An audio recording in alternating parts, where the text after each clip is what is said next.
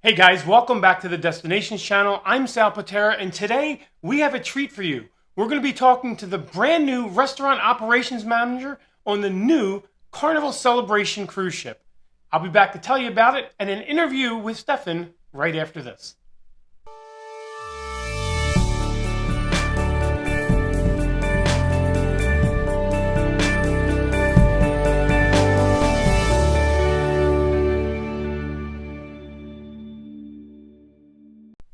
Thanks for staying through the intro. As always, if you're new to our channel or you're just not subscribed yet, please make sure you click the subscribe button and the little bell notification. That way YouTube will let you know every time we upload a brand new video.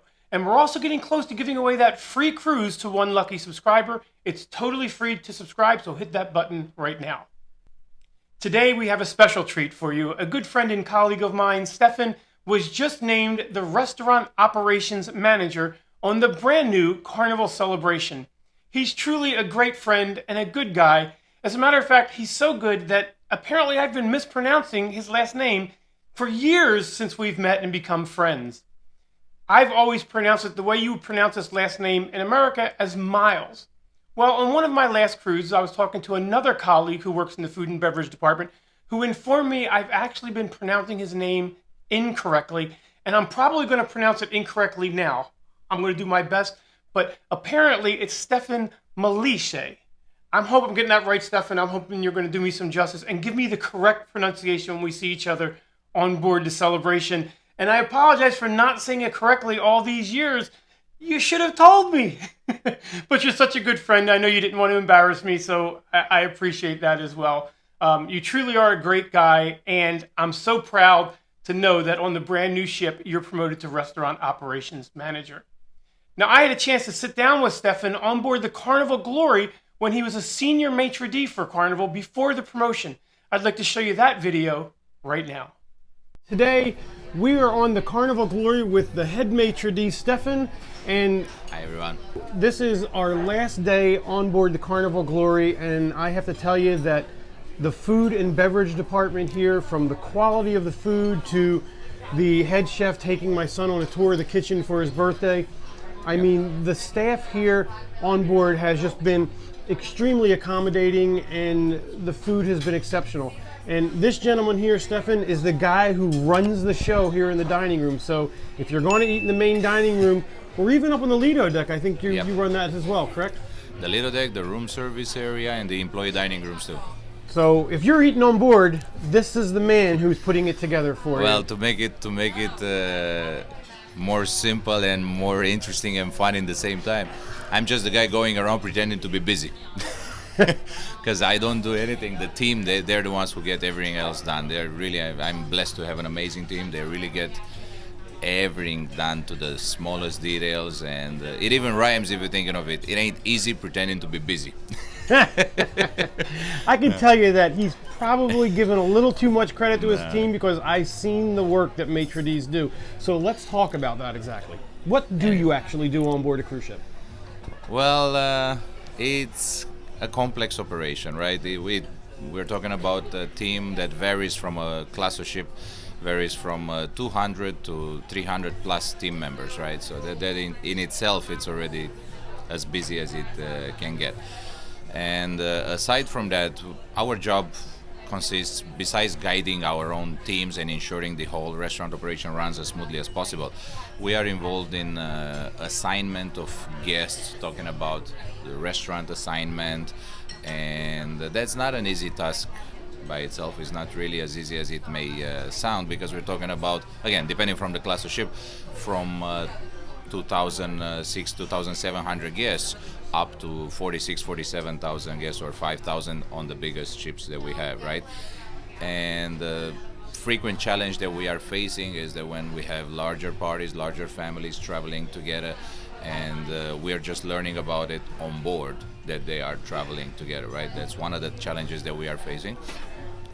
Nevertheless, we are always trying our best to make everybody happy and accommodate everybody, and literally turning the whole ship upside down just to make people happy and get them all together. Because that's what we do. We try our best to provide memorable vacations to our guests, and that's our commitment every single day. I can tell you, for those of you who follow my company, one of the things we do is large groups. My company actually puts together conventions on board a cruise ship. We're the only companies out there that do that for Carnival.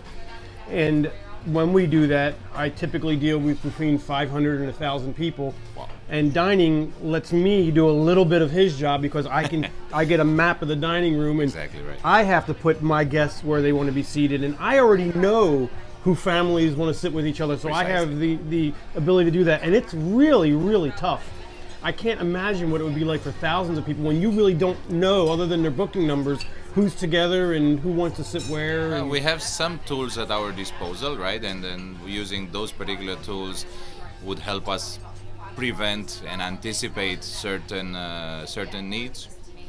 And we're trying our best, as we said, we're trying our best to avoid any kind of inconvenience from our guests' angle, even before they join the ship. Let me ask you, do you have a lot of instances where people get on board who couldn't get into the dining option that they wanted? And, Oh, every single time, quite a lot. Yeah. and how hard is it to accommodate them? Is it something you can normally do? Well, I'll share with you on this particular ship right here. Hold that a little closer. All right. So what for instance we're facing an average of 200 requests every single Wow. first day of the cruise, and then we start shuffling all these requests and we try to accommodate everybody according to their desire so we can make everybody happy. And we go to, like, literally there's nothing we would not do just to make the guests happy and to change them as per their desire. Do you have software that does most of that Absolutely, for you, or we do you have have- to like physically juggle We people do. We around? do have a software. It's actually called Silverware, and as a matter of fact, we just learned recently that our company had signed a contract with the producers of this software to have a completely new and upgraded version of it, and that's very exciting to hear. Is that good or bad? Oh, good, excellent, amazing. A lot of times change. You know, a lot of people don't like change. Well, people, I think it's human nature, right, to be reluctant to change, but nevertheless, we've had several changes coming our way especially in the food ops area and in the restaurant service specifically. But a lot of these changes are very encouraging and very promising, and they're all for the best. They're all for the better. Now, do you also handle like food quality issues as well? Or is that Absolutely, pretty much absolutely. the But we are what we call the front of the line, right? So whenever we have guests, any sort of discomfort of our guests, it's mandatory that it becomes our concern, right? And we have to own it until it's sorted out. Regardless, we would not necessarily expect the chef to come and face the guests every single time there is a concern, right? But us being in the front of the house, we definitely have to take ownership of that and liaise with the chef. Not only that, also when we have special dietary requirements or allergies or any sort of needs, we are the ones in the front of the house that have to deal with that issue and liaise with the chef and ensure that our guests receive what they desire and what they need. I'm here to tell you that, and I'm not just saying this because obviously I love Carnival. And we love having you here. I've never had a bad meal on board a cruise ship. Oh, you're very But kind. I will say that I know that some people can be very unreasonable. I had a guy actually send me a video telling me how bad the food was on his cruise ship, on a Carnival ship. And the funniest part about the video is he was making it at a McDonald's. So I don't think his culinary tastes were quite what he was making them out to be. So how do you deal with that guest where you know that they're just kind of being unrealistic? Okay, so I'm known to be a very honest person, even if it's bad for me. So let me put it the only way I know, which is straightforward. Now, can we make every single person coming into our home happy? Probably not. But can we try to make every single person happy? Absolutely yes.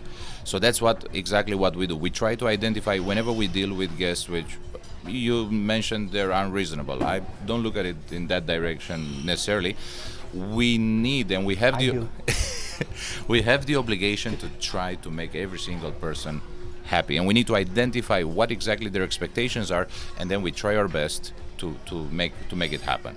You know, that's absolutely mandatory. And to relate to a certain joke that I always make on every single ship that I'm going to, I always pass this particular joke to my team, to my colleagues, to my family, my restaurant family, as I call them. If our guest will ask for a dinosaur steak, our team is not allowed to say, sorry, but dinosaurs do not exist for the last 80 million years. But in the same time, they will not go to the guest and say, how would you like it cooked, medium rare or medium well? They will simply say, let me call my manager. And let me be the one to explain to our guests that, as a matter of fact, dinosaurs do not exist for the last 80 million years.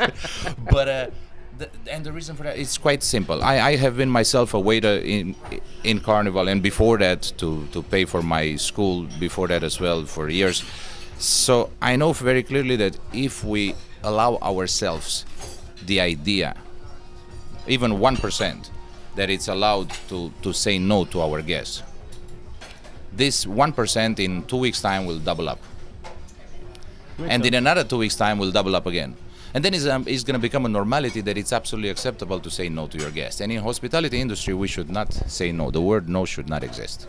That's what we believe, and I'm proud to say that I'm actually blessed to have such an amazing team which lives through this example every single day. The dining room staff on board here is, I remember I was just making a video for brunch, and I said it, I've been on lots of cruises, and the dining room staff here was exceptional. And how much they pay you to say that now? Nothing. Despite what a lot of you believe, Carnival pays me nothing. No, but the waiters must have paid you to say that. I get people all day long telling me Carnival pays me to say good things about them. It's absolutely not true. Yeah. So let's talk about your experience. How long have you been in the hospitality industry? Well, with Carnival, and Carnival is the only company that I've worked for. With Carnival, I've been for, proud to say, 16 years. I started in 2003 as one of the waiters, and my initial thought was I'm gonna be on board for this contract and this contract alone. I'll buy myself 2 perfumes and 3 T-shirts. A lot of people tell me that. Yeah. It all starts out with one contract. Yes, and after I get my 2 perfumes and 3 T-shirts, I'll be out the door. I'm out, and here I am 16 years later, and I still didn't get my 2 perfumes and 3 T-shirts. Did you go to school for hospitality prior to this? Not necessarily, but back home I was working as a waiter before joining Carnival, but as a matter of fact I graduated from law school, so it has nothing to do with hospitality whatsoever. In case somebody insists on that dinosaur steak, he knows how to get even with those law skills. Yeah. Where are you from? I'm from Romania. Romania? Yeah. You know, I don't think I've ever met anybody from Romania. Okay. Nice people. I can tell. We've been talking about cigars the entire cruise. He's a cigar aficionado as well. So, big time. So, that one question I ask pretty much everybody with stripes on their arm. Okay. Best part and worst part of your job. Okay. The best part. It has nothing to do with the stripes. The best part is just working on board with all these amazing people. You see, we have, in average, from a ship to another, we have between 64 to 70 nationalities. And we make friends from literally every single corner of the world, from all over the world. We make friends. And then the sad part is that we work together, we eat together, we live together pretty much, and then we end up going separately, and we have to keep in touch only through Facebook. That's one of the sad parts. There are very few unpleasant experiences here on board, to be honest with you. I know a lot of people are saying it's a lot of work. It is a lot of work, but it becomes a way of life, and once you assimilate this way of life and it becomes part of who you are, I think the overall the people who experience working on cruise ships, they're probably the best employees anybody can ever have. I do believe that, because once you manage to live this lifestyle and get this sort of job accomplished, you're capable to work anywhere in the world, and we really have some quality people working here with us. Do you consider yourself working in the hospitality industry, or do you consider yourself a mariner? I love the hospitality part. I love that part specifically. And I love the sea. I love the sea. Even back home, I live by the sea. You see, my wife is from Colombia, and we live in Colombia, and she's from a Colombian island. It's called San Andres, and with sea view, and the ocean is amazing. And so I feel at home when I'm on board. I feel at home when I'm going home as well. So that's got to be the hardest part of the job, is the family aspect. That's the only difficult part, because many of us, it is true, we have families on board, meaning husbands and wives and so on, but many of us have our families back home. So I have my wife and my little baby back home, and that's the only difficult part of this job, leaving the family behind and having to sacrifice that to be away for 6, 7 or 8 months at a time. That's the only challenging part of this. I can imagine. Well, Facebook and absolutely iPhones, and well, being able to see each other and talk, exactly. gotta help a lot. Luckily nowadays, with technology, we can we can communicate at a different level, right? But when I started working 16 years ago, we had to go exactly. We have to go outside in ports and be stuck to a landline phone on the wall for a couple of hours and talking home with everybody. So now we're lucky with all this progress that we can actually make our life easier. Very cool. So I want to thank you very much for not only the hospitality, but for also sitting down with us today. It's a pleasure. My videos get millions and millions of views every month. So I want to tell all of you, next time you're on board, if you're in Stefan's beautiful restaurant, don't say hi to him right away. Go to your waiter and order a dinosaur steak.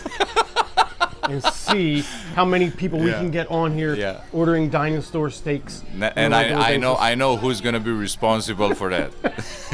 Thank you very much. No, it's a pleasure. Always. I appreciate it. We'll see you guys next time up on the Lido deck. Bye, everyone.